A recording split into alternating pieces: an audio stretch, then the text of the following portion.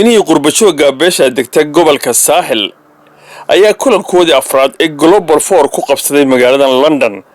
Kulanka ayaa waxa ay kaga tashanayeen danaha u gaarka ah.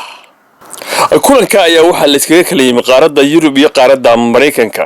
Kulanka ayaa waxa soo buuxdhaafiyay aqoon-yahano, salaadiin, cuqaal iyo waxgarad badan oo ka soo jeeda gobolka Saaxil. Kulankii iyo sidoo dhacayna waa kan gudoomiyaha kulan Global UK shirkan aan maanta isugu nimi waxa weeyaan waa shirkii qurbashooga beelweynta Ciise Muuse kulan Global Four shirkan oo ay kaga tashanayso beeshu arrimaheeda iyo danaheeda xaaska ah iyo midnimadeeda shirkan ma daarna wax siyaasada iyo mucaaradad midna toona ma daarna waa shir ay beeshu kaga tashanayso ayaheeda ha ahaato waxbarasho ha ahaato caafimaad ha ahaato deegaan maanta waxay noo tahay runtii maalin weyn waxa weeyaan shirkan wuxuu noqonayaa shirkii afraad ee ay isugu yimaadaan qurbajoogta beelweynta Ciise Muuse isagaanu markaa maanta u fadhinaa shirkii koobaad halkan uu ka dhacay Ingiriiska ama UK kii labaadna sidoo kale UK buu ka dhacay kii saddexaadna waxa uu ka dhacay Sweden kanna waxa weeyaan shirkii afraad magaciisana waa kulan Global Four ayaa la yiraahdaa shirkani wax allaaliyo wax siyaasada oo magaranayay dabada ku haya ma jirto shirkan waa shir aanu kaga tashanayno danta reerka horumarka midnimada reerka iyo maxaa dhahdayay wada jirkiisa weeyaan hadii ilaahay ka dhigo magacaygu waxa weeyaan xildhibaan Xamse Yuusuf Xorxor waxaan ahaa xiriiriyay shirka amba fayeenkii shirka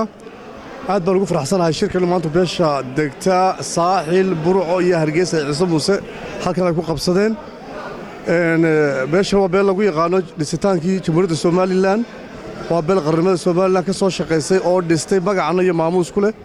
beel weligeed xumaan laga fili karo maaha number 1 beeshu waxay garab taagan tahay jiritaanka iyo qaranimada Soomaaliland iyo wada noolaanshaha bulshada Soomaaliland taas beesha ka go'an shirkan haddii aan sheego waxa uu daaran yahay ma aha horta shir mucaaradad ama ma aha shir cid gaara u jeeda waa shir lagaga hadlayo midnimada ama goonistaagga Soomaaliland iyo midnimadooda mar walbana taas ayaa kow ka ah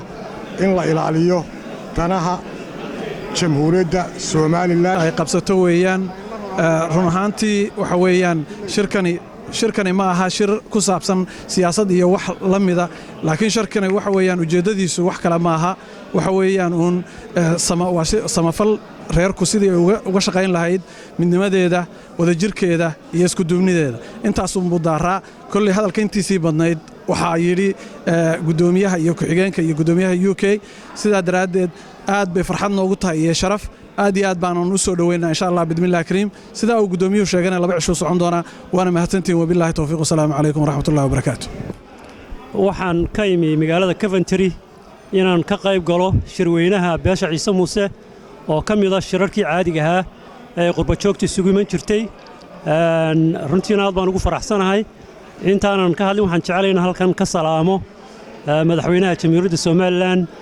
iyo golayaasha dawladda iyo dhammaan shacabka Jamhuuriyadda Soomaaliland oo dhan anigoo u rajeynaya khayr iyo barako iyo bash Abdulrahmaan Shaqale Home Cable TV waqooyiga magaalada London.